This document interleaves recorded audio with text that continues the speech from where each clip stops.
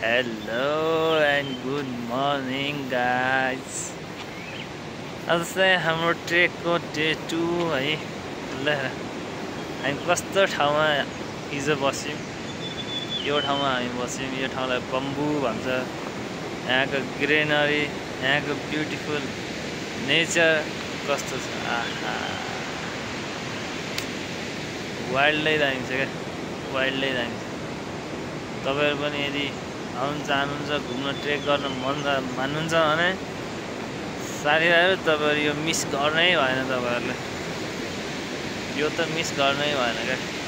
हेर्नुस्, म उताको तपाईहरुलाई यो सब देखाउँछु। हेर्नुस्, हल्का डाउन गरेर हेर्नुस् ल। भर्खर घाम उज्यालो लाग्दैछ, उज्यालो हुँदैछ बिस्तारै 7 बजे। यस्तो भिडियो त हामी फेरि कति बनाउँछौँ अब है। साथीभाइहरू पनि भर्खर भित्रबाट निस्किँदै हुनुहुन्छ। चिसो चाहिँ छ हल्का। यो पहाड नि त्यो हिमाल त अब आउनै बाँकी छ। 2000 मिटर हाइटमा छौँ हामी। 2000 साथीभाइहरू भित्र अब रेडी हुँदैछन्, ड्रेस अप नै छ। हामी तपाईहरुलाई अपडेट चाहिँ गराइराख्छौँ है। Just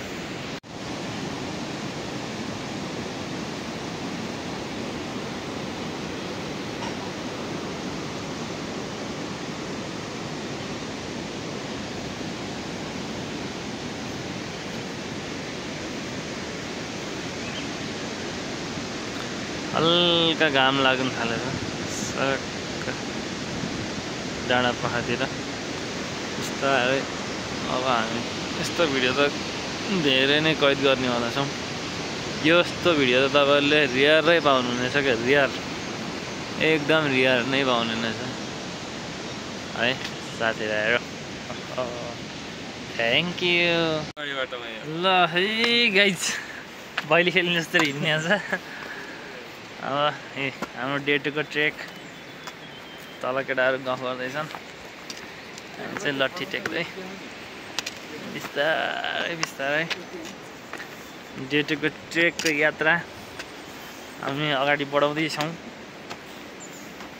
केटाहरू पनि चल के भयो यस्तै गर्नु त भएन नि साराहरू। थर्मस बिर्सियो अरे, त्यस्तै चल्छ चल्दैन नि, बिर्सिनु भएन है। हजुर ब्यागको तपाईँ टेन्सन नलिनुहोस्, तिमी टेन्सन नल्याउनु ब्यागको। ब्याग मैले सुरक्षित राखिसकेको छु, ब्याग टेन्सन नल्याउ। अलिकति चढ्यो भने दबाइहाल्छ, यस्तो छ हालत। अब मोबाइल समाएरै हिँडिराख्नु त सकिन्न होला, तर बेला बेलामा चाहिँ ठ्याक्क मोबाइल झिकेर पुच्च भिडियो खिचेर पोस्ट्याउनु चाहिँ सकिन्छ है। यस्तो लट्ठी लिएर हिँड्ने हात यस्तो छ। ल आऊ यहाँ साथीहरू आउँ बिस्तारै बिस्तारै।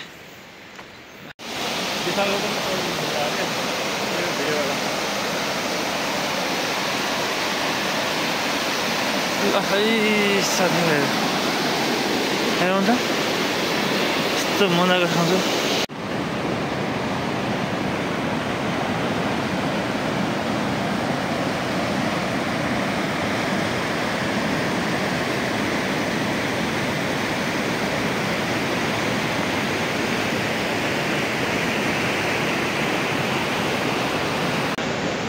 केटाले अगाडि गइए छोडेर यस्तो पछाडि भिडियो बनाउने हिँड्ने त काम। त्यही सर त्यहाँ भन्दा बाँकी यही छैन। ल छिट्यो ल्याएर लुट्टो ल्याएर एकछिन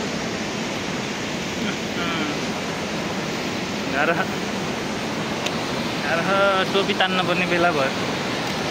गर्मी होला जस्तो भए त्यसैमा टोपी तानेर अर्को भिडियो बनाउँछु। अरू जे भयो भने ब्लग बनाउनु चाहिँ छोड्नु भएन। अब रिम्चे भन्ने ठाउँमा आइपुग्दैछौँ हामी।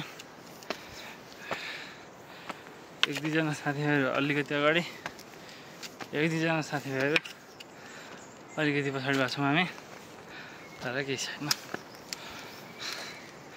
उकालो धेरै उकालो हिँडेर अब यति एउटा उकालो सक्यो भने सम्म बाटो हिँड्नेछौँ हामी। लास्टै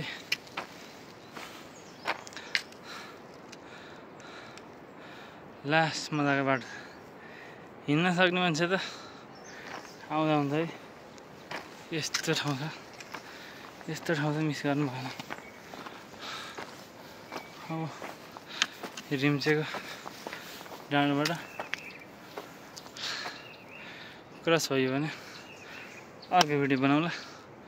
अहिले यति गरौँ। गाह्रो त्यतिकै हिँड्नु त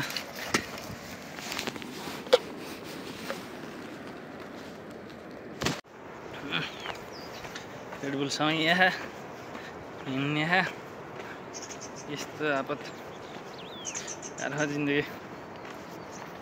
रेडबुल बिना त हिँड्न नसक्ने भइसक्यो। यस्तो ट्रेक हिँड्नुपर्ने, उल्टो बाटो त आइएन।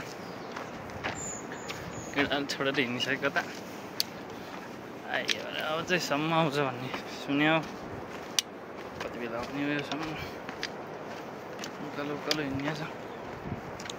रेडबुलको डब्बासम्म यहाँ हिँड्ने। धेरै पछि केटाहरू भेट्यान्। ए के भन्छ केटा? आधी घन्टाको कुरेपछि बल्ल भेट भएको छ। आधा घन्टा आधी घन्टा कसममै आधी घन्टा कहाँ आधा घन्टा। म त तल भिडियो सिडियो बनाउनु लगाएँ, फोटोसोटो खिच्नु लगाएँ। मैले फोटो पनि खिचेको छु तल आफ्नो पनि। त्यो ड्राइभरसँग भनेर कुरियरसँग भनेर फोटोसोटो खिचेको छु। यस्तै आएपछि अलिअलि त फोटोसोटो भिडियो सिडियो त बनाउनु पर्छ यार केटाहरू यार। के गर्छ सर? पर्यो सर, पर्यो। हिँड्न पनि पर्यो। हिँड्न त पर्यो है, हिँड्न त पर्यो। नहिँडी त अब फेरि पुगिन्न।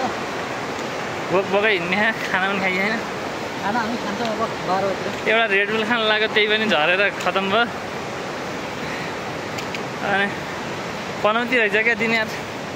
चस्मा पनि हराइगयो बिहानै। तपाईँले अहिले मलाई विथआउट चस्मा देख्नु भएको छ होइन? चस्मा हराएर हो, नत्र